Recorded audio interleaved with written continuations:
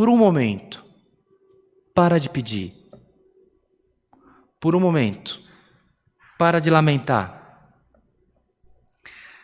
Para de questionar a tua vida. Para de pedir a morte, porque você acha que tudo vai acabar, que o mundo vai acabar agora. A Covid vai dizimar a população. A violência vai dizimar a sociedade. Para. Ouve o que Deus está nos instruindo. Então, eu falo e como da palavra.